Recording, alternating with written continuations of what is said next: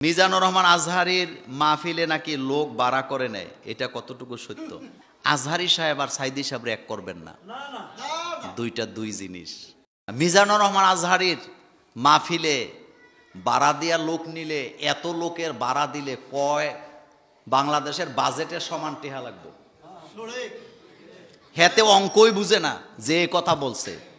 আচ্ছা, 15 লাখ মানুষকে যদি আপনি টাকা দেন, এটা কি সম্ভব? আদৌ কি না সম্ভব? তবে একটা কথা মনে রাখেন, কোরআনের মাহফিলে কাউকে ভাড়া দিয়া বিরিয়ানি দিয়া নেওয়া লাগে না। বন্ডদের মাহফিলে বিরিয়ানির প্যাকেট না থাকলে লোক যায় না, কিন্তু আলহামদুলিল্লাহ আমরা যারা কোরআনের কথা বলি, বিরিয়ানির প্যাকেট লাগে না। এটা আসরের পরে হোক, মাগরিবের পরে হোক, এশার পরে হোক, লোক এসে ভর্তি হয়ে যায়। বিরিয়ানি লাগে না, আমাদের কি লাগে না? আর আমরা তো বিরিয়ানির কথা শুনলে মাহফিল রাখিই না। আপনার মাহফিল আপনি করেন, এই মাহফিল আমরা করি না।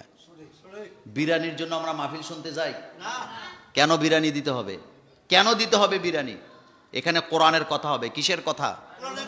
শুনেন, আজহারী সাহেব তিনি হচ্ছেন বাংলাদেশের একটা মডেল, বাংলাদেশের মডেল।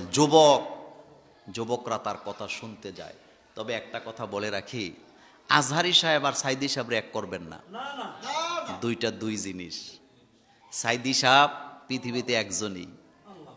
সাইদি সাহেব যেই যুগে কথা বলতেন, সেই যুগে কোনো ফেসবুক আছিল, ইউটিউব ছিল? মানুষ চাতক পাখির মতো বসে থাকতো। আজহারী সাহেবের মাহফিলে যায় লোক বেশি, এতে কোনো আমাদের সন্দেহ নাই, এটা ভালো লক্ষণ, ভালো। যুবকরা ওয়াজে যায়। আজহারী সাহেব তো এমন একজন মানুষ, যারে দেখে দেখে অসংখ্য ডাক্তার, ইঞ্জিনিয়ার, পাইলটেরা, কোটিপতিরা তাদের ছেলে মেয়েকে মাদ্রাসায় দিছে। কথা ঠিক না? সে হলো আমাদের জন্য একটা কি মডেল। যে সমস্ত নারীরা নায়ক নায়িকার ছবি দেখতো, নায়কদের, তারা এখন আজহারীরে দেখে। আজহারীর চেহারা কি নায়কদের চেয়ে খারাপ নাকি? 1 কোটি সাকিব খান একসাথে করলে আজহারী সমান হবে না চেহারা, কারণ এটা নামাজি চেহারা। এটা কি চেহারা? নামাজি চেহারা। ওনার কাছে মানুষ যায়, ওনারে দেখে, ওনার মোটিভেশনাল স্পিকারগুলা মানুষে পছন্দ করে, যুবকরা গ্রহণ করে। কিন্তু সাইদি সাহেব মডেল একটা, একমাত্র পৃথিবীতে সাইদি সাহেব কোরআনকে কোরআন দিয়ে তাফসির করছে, মুখ দিয়া। তাফসিরের লেখক আছে সারা পৃথিবীতে বড় বড়, কিন্তু মুখিক তাফসির সাইদি সাহেবের মতো কেউ করছে আমার জানা নেই।